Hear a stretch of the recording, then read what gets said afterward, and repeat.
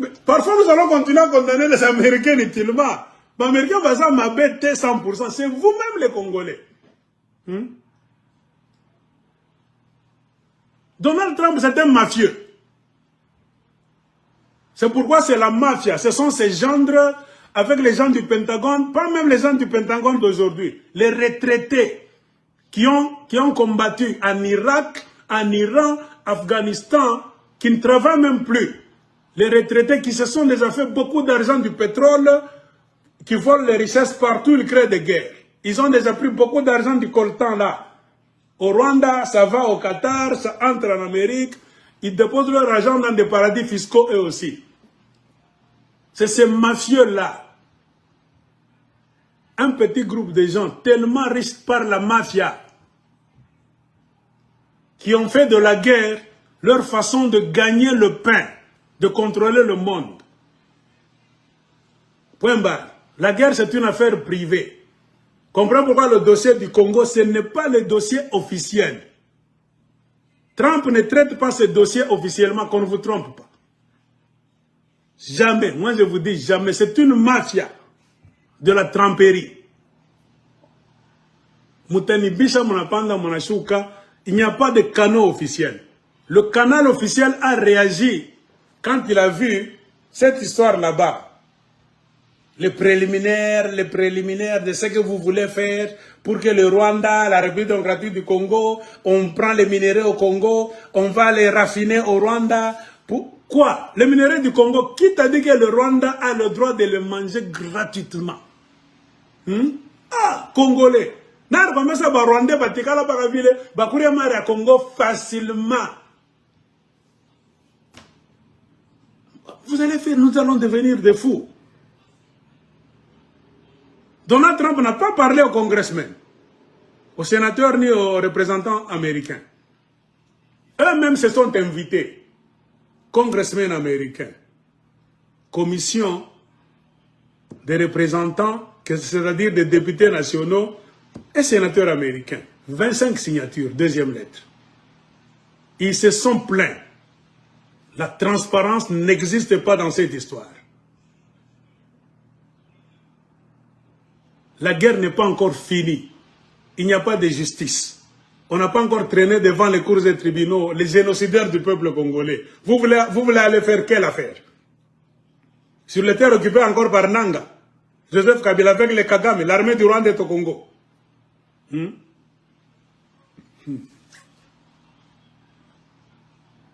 Avez-vous vu le congressman congolais réagir? Est-ce que ce n'est pas ce que l'Église de Colosie vous dit toujours? J'ai parlé de ça avant même les Américains.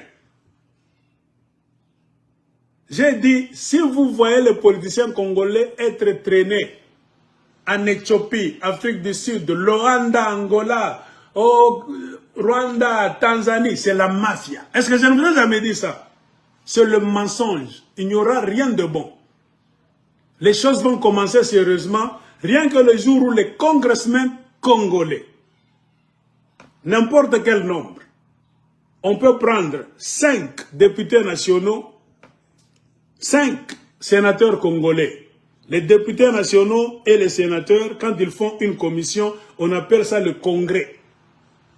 Ce sont les congressmen, les membres du congrès. La chambre basse et la chambre haute. Qu'ils écrivent un mémorandum de plainte qui sera un sujet de discussion. C'est eux qui vont prendre l'avion au nom du peuple congolais. C'est eux les représentants directs du peuple congolais. C'est eux qui écoutent ce que le peuple congolais dit dans les rues. Ils iront travailler avec les congressmen américains. Point barre. L'urgence, c'est quoi? On ne peut jamais faire les affaires au Congo aujourd'hui. Tout celui qui vient avec le mode affaires, c'est la masse. Le Congo n'a pas besoin des affaires avec les bourreaux américains, les criminels, les génocidaires rwandais. Jamais. Ni ougandais. Ça, c'est le mensonge. Nous ne pouvons jamais vous laisser faire ça. Jamais. Bolinga, teza lukuta, eza kimuyibi. Ce n'est pas pour le bénéfice du peuple congolais, c'est pour votre pouvoir. Vous voulez être protégé par les mafieux, les voleurs américains. Tout le temps qu'ils mettront là-bas en train de puiser et aussi de voler, ils vont vous protéger, personne ne viendra vous toucher. Ils vont parler de vous, pour vous, partout dans les institutions du monde. Car si le grain est en train de manger, c'est fini. Le grand frère américain, personne ne viendra le déranger. Le Congo a besoin d'attaquer l'Amérique. L'aigle vous a toujours dit, dites la vérité au régime américain. Tout le monde sait que le jeu en Afrique centrale, 30 ans de tuerie, d'assassinat, vol, tout ce que vous allez nous dire, c'est le régime américain. L'administration américaine a toujours été derrière ça. Nous, on s'est battu pour vous dire, Botika, vous avez un Congolais, revenez à la raison. Cessez vos aventures-là. C'est la vente des terres des Kivusiens.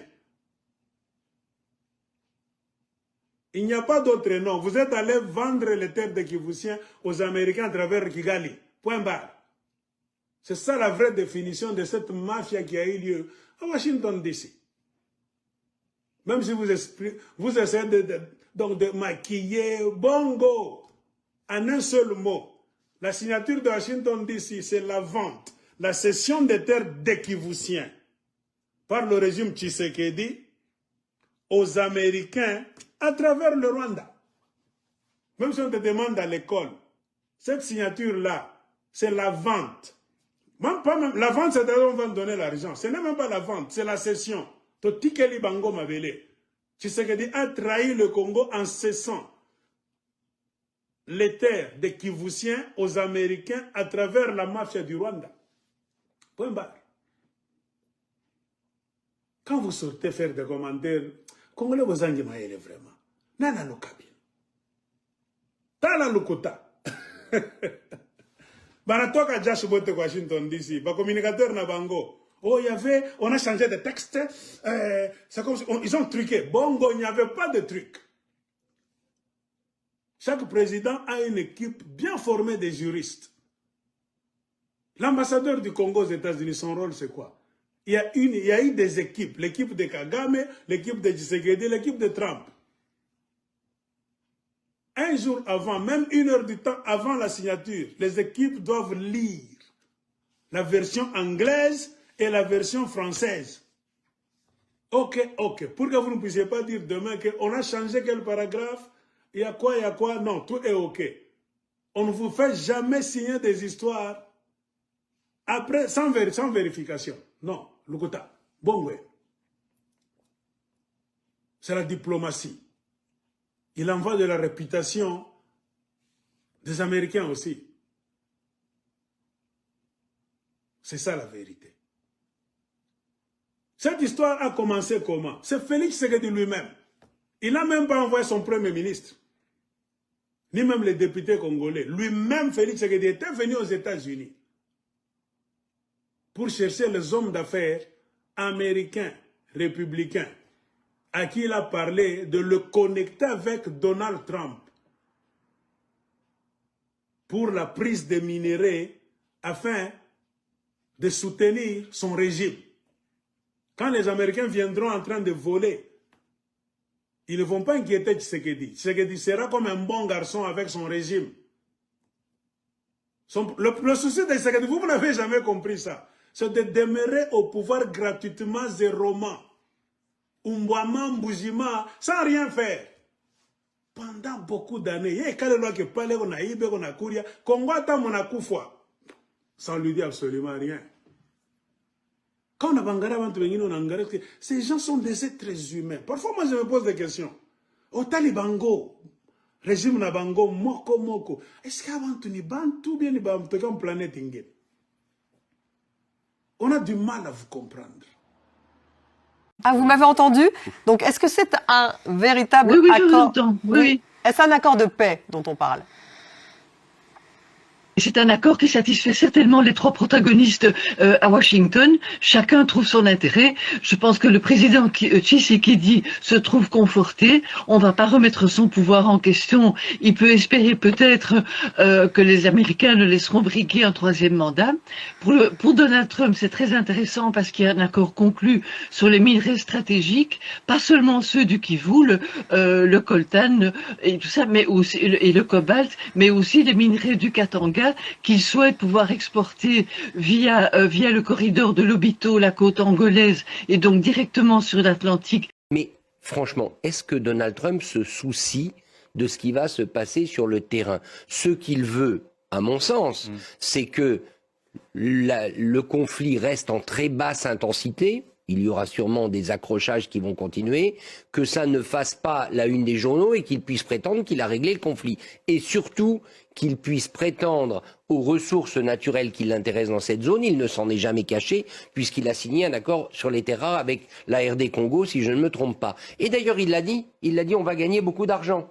Donc voilà, on a au fond un deal commercial. Si c'est compliqué, déguisé en accord de paix.